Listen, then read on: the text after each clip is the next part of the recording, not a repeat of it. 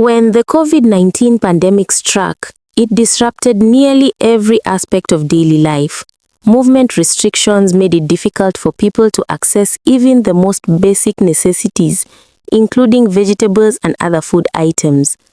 But for Mombasa-based architect Mugambi Kithinji, the crisis sparked a new line of thought. Instead of focusing on the limitations, he chose to explore possibilities.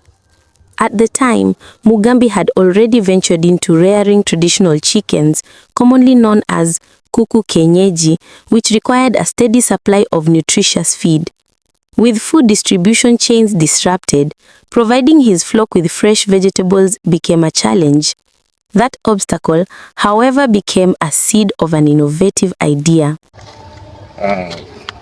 My name is Kithinji Mugambi, an architect by profession. So this project started way back during the COVID, and what inspired me, when the pandemic COVID happened, there was a lot of setbacks in terms of services, and among the services that were very essential was kilimo. And that is the time you could see people with their big cars going into the market and purchasing groceries and selling them, because at that time people are so idle, locked up in houses. But specifically what inspired this project was I had a project that I was rearing kienyeji kukus. And immediately after the pandemic, what happened is that there came also a drought, because I think people did not farm so well. And the feeds shot up. The cuckoo feeds shot up. And aligned also with the fact that also the essentials were food. People not working, not going to work, and so many businesses were closed. I started now to do a research on how I could cut down on my feeding for the cuckoo, because the cuckoo feeds shot up. And one of the ideas that I got from the internet was hydroponic farming. The concept fascinated him, particularly because it could help him produce vegetables year-round while saving space and water. Turning the idea into reality, however, was no small feat. Hydroponics was virtually unheard of in the coast region, and obtaining essential materials proved difficult. The specialized growing medium is typically sourced from Longonot or Kibwezi, areas rich in volcanic rock suitable for hydroponic use. Local agrovets also lacked the fertilizers and nutrient solutions required for this type of farming, forcing Mugambi to get creative and resourceful. Despite these early hurdles, Mugambi persisted. Once established, the system proved remarkably efficient and sustainable. Hydroponic farming consumes only a fraction of the water used in traditional methods. He spends less than shillings 400 per month to water about 300 plants. The water, which is replaced every 2 weeks, is recycled to nourish other crops grown in soil, creating a near-zero waste system. Beyond its efficiency, hydroponic farming stands out for its affordability and resilience. Because it requires minimal water and fewer chemical inputs, the system is especially suitable for areas experiencing drought and poverty.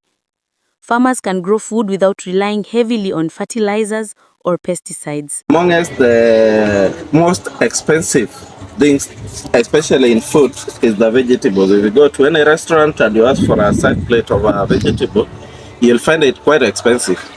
And it's a very essential nutrient in our home, you see, because of the vitamins and the blood, and that is what is causing a lot of health issues. So if you can grow your own healthy veggies in your home, like this, and like this spinach, you see the way it's healthy, you can keep your family off also the challenges of diseases and what have you. And on this system, this as well as it's actually a very It's a very, very economical way of farming.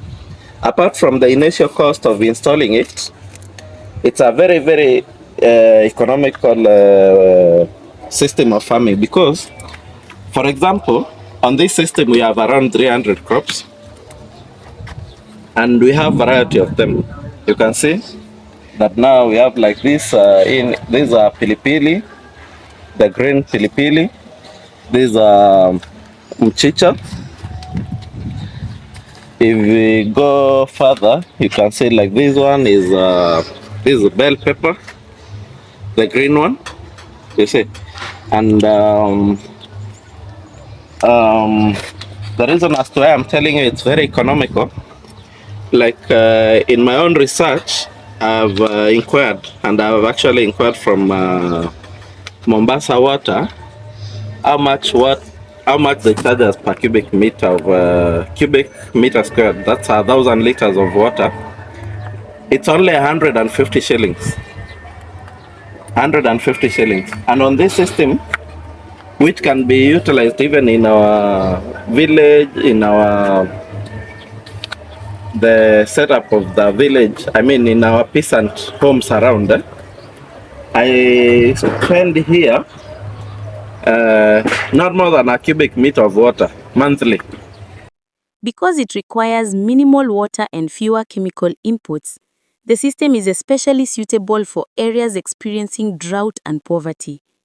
Farmers can grow food without relying heavily on fertilizers or pesticides. And since soil-borne diseases are eliminated, production costs remain low.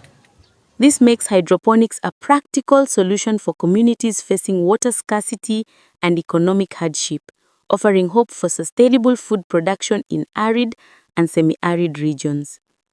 The benefits extend beyond water savings. Hydroponic crops are free from soil-borne pests and diseases, require no weeding, and thrive in a clean and controlled environment.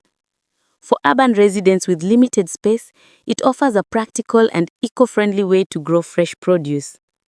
Today, Mugambi uses the vegetables from his hydroponic farm to feed his chickens and supplement his household diet. Besides for the human use, we also feed them on the chicken. Yeah. To ensure that now you see it's a give and take. You give them the veggies, yeah. You give them the veggies. So we just at the end of the day we get